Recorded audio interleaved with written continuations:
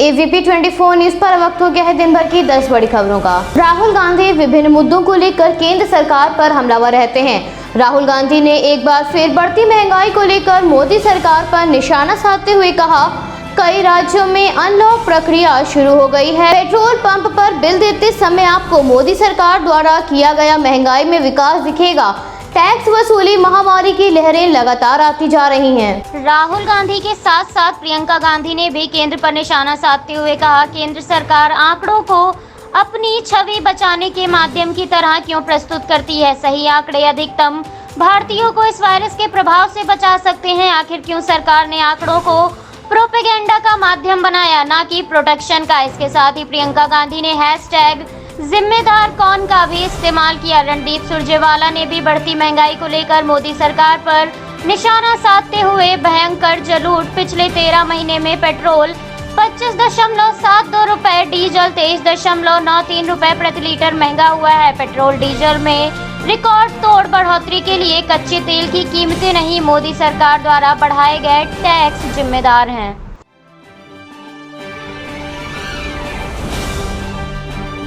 भारत में कोरोना महामारी की दूसरी लहर का असर जैसे जैसे कम हो रहा है, वैसे ही राज्यों द्वारा अनलॉक की प्रक्रिया शुरू हो गई है। सरकारों ने पाबंदियों में ढील देना शुरू कर दिया है, जिस कड़ी में राजधानी दिल्ली में संक्रमण के लगातार घटते मामलों के बीच आज से अनलॉक 2 के तहत थोड़ी ढील दी जाएगी। सुबह 5 बजे से आधी क्षमता से मेट्रो चलाई जाएंगी, सभी दुकानें भी खुल जाएंगी।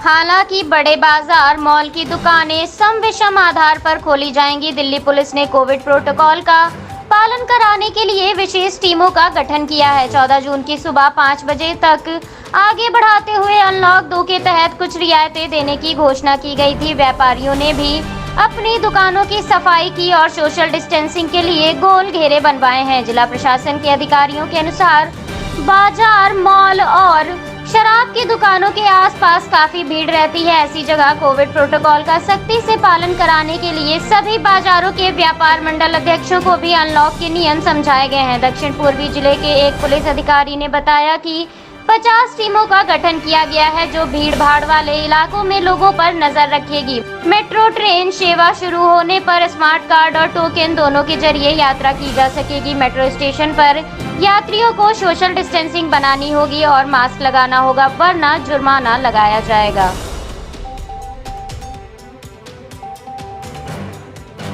केंद्र सरकार ने 13,450 करोड़ रुपए में नए प्रधानमंत्री आवास के निर्माण के कांग्रेस के दावे को खारिज करते हुए केंद्रीय मंत्री हरदीप सिंह पुरी ने कहा, इस लागत को बढ़ा चढ़ाकर बताया जा रहा है, जिसमें 10 इमारतें बननी हैं और पीएम आवास के लिए अभी तक टेंडर भी जारी नहीं किया गया है। कोरोना काल के दौरान सेंट्रल विस्टा परियोजना पर विपक्ष लगातार हमलावर है। विपक्ष ने आरोप लगाया था कि महामारी के समय केंद्र सरकार 20,000 करोड़ रुपए की परियोजना पर काम कर रही है। इस आरोप पर जवाब देते हुए हरदीप सिंह पुरी ने कहा, इसकी कल्पना महामारी के समय से पहले साल 2019 में की गई थी। नए संसद भवन की लागत 862 करोड़ रुपए है और सेंट्रल विस्टा एवेन्यू की लागत 477 करोड़ रुपए। कुल मिलाकर ये लागत 1300 करोड़ रुपए की है। आरोप है कि पीएम का नया घर 13,450 करोड़ रुपए की लागत से बन रहा है। इसमें 10 इमारत बन रही हैं और पीएम के आवास के लिए टेंडर भी नहीं निकला है। पीएम आवास की लागत को बढ़ा चढ़ाकर बताया जा रहा है। पिछले साल के मुकाबले इस बार केंद्रीय बजट में 137% की बढ़ोतरी की गई है। वहीं कोविड-19 वैक्सीनेशन के लिए अलग से 35,000 करोड़ रुपए का आवंटन किया गया है।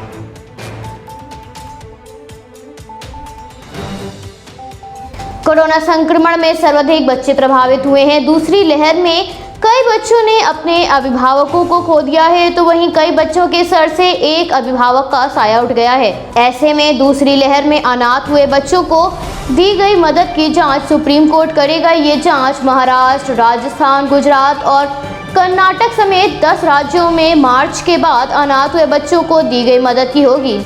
पीठ भी ऐसे बच्चों के लिए प्रधानमंत्री द्वारा घोषित राहत योजना को लेकर जांच करेगी और सुधारात्मक सुझाव देगी। कोर्ट ने राज्यों को सचिव या संयुक्त सचिव रैंक के लिए एक नोडल अधिकारी का नाम देने के लिए कहा था और इन बच्चों की स्थिति पर कोर्ट के एमिकस क्यूरी अधिवक्ता गौरव अग्रवाल के साथ बातचीत करने के निर्देश दिए गए थे। कोर्ट 10 अन्य राज्यों की भी पहचान करेगा जहां यह प्रक्रिया की जानी है।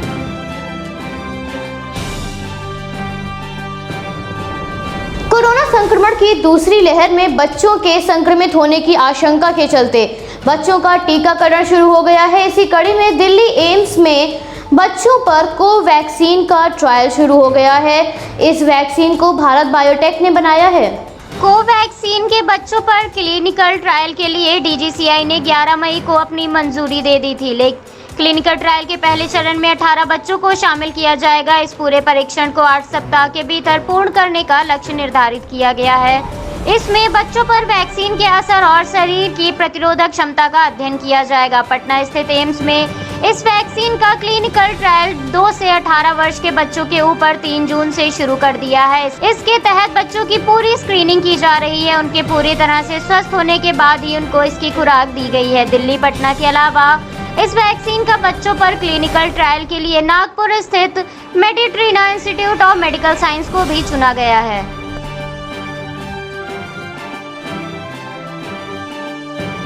राम जन्मभूमि परिसर में श्री राम मंदिर की नींव का कार्य तेजी से किया जा रहा है। नींव के लिए खोदे गए 40 फीट गड्ढे को भरने के लिए लेयर डालने का काम प्रगति पर है। गड्ढे को भरने के लिए 44 लेयर डालने के बाद 16 फीट ऊंचे चबूतरे पर भव्य राम मंदिर का गर्भगृह और मंडप बनाया जाएगा। इसी के साथ समानांतर ही राम मंदिर की कॉरिडोर का काम भी प्रारंभ किया जाएगा। लेयर डालने के काम को अक्टूबर तक पूरा करने का लक्ष्य रखा गया है, जिसके बाद राम मंदिर के चबूतरे व कॉरिडोर का काम शुरू हो जाएगा। राम मंदिर निर्माण के लिए नींव भराई का काम देश के विशेषज्ञ इंजीनियरों की निगरानी में चल रहा है। श्री राम जन्मभूमि तीर्थ क्षेत्र ट्रस्ट के ट्रस्टी डॉक्टर अनिल मिश्र के अनुसार लेयर चबूतरे व कॉरिडोर के बाद 16 फीट ऊंचे चबूतरे पर भव्य राम मंदिर के मुख्य गर्भगृह और मंडप का निर्माण होगा। एक साथ 5000 भक्त राम मंदिर की परिक्रमा कर सकेंगे, ऐसी योजना बनाई गई है।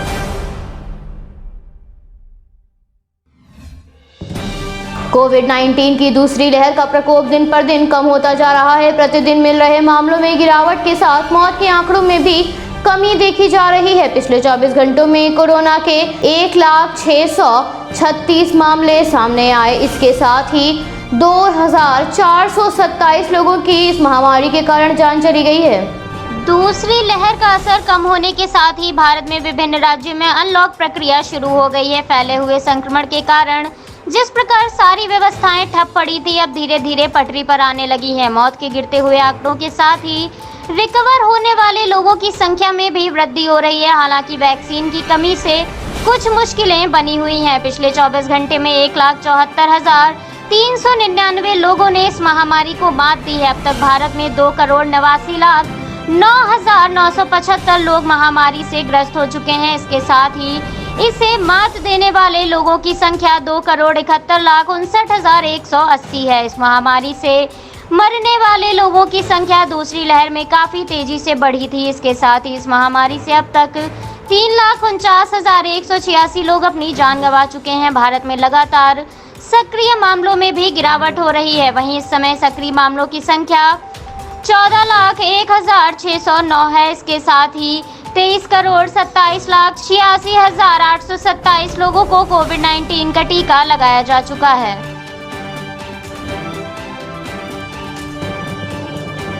भारत में मौसम बहुत तेजी से बदल रहा है। 3 जून को मानसून का आगमन दक्षिण पश्चिमी इलाकों की तरफ हो चुका है और अब ये धीरे धीरे भारत के उत्तरी राज्यों की तरफ भी पहुंच रहा है। मौसम विभाग के अनुसार महाराष्ट्र के 30% हिस्से को कवर करते हुए रायगढ़ और पुणे जिले में मानसून दस्तक दे चुका है। मानसून के अगले सप्ताह तक मुंबई पहुंचने की उम्मीद है। 15 जून तक या मध्य और पूर्वोत्तर भारत में भी मानसून सक्रिय हो जाएगा। मध्य प्रदेश, गुजरात और राजधानी दिल्ली, हरियाणा, पंजाब, उत्तर प्रदेश में 20 जून के बाद मानसून पहुंचने की आशंका है। इसके साथ ही मौसम विभाग ने इस बार सामान्य से ज्यादा बारिश होने की संभावना जताई है। मौसम विभाग के अनुसार मानसून महाराष्ट्र के तटीय इलाके रत्नागिरी जिले में हरनाई बंदरगाह में पहुंच गया है। जल्दी पूरे राज्य को ये कवर कर लेगा। मध्य अरब सागर, कर्नाटक, गोवा, महाराष्ट्र, तेलंगाना और आंध्र प्रदेश समेत तमिलनाडु के कुछ हिस्सों में पहुंच चुका है। 11 जून तक बंगाल की खाड़ी में कम दबाव का क्षेत्र बनने की संभावना है। इससे मानसून और भी ज्यादा सक्रिय होगा।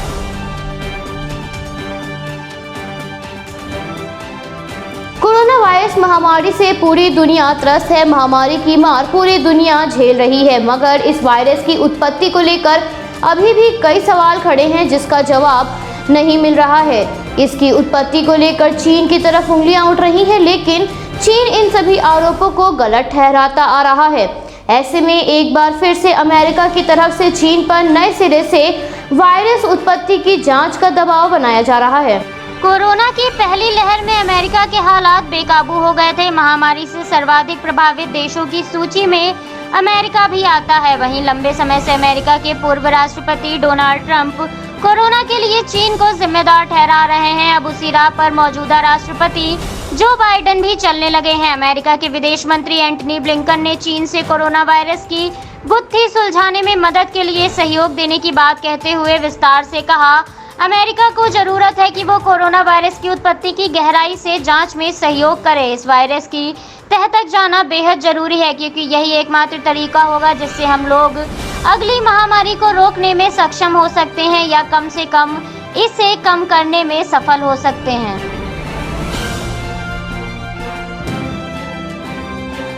कोरोना महामारी का प्रसार पूरी दुनिया में है। इस महामारी से बचने का एकमात्र उपाय है टीकाकरण।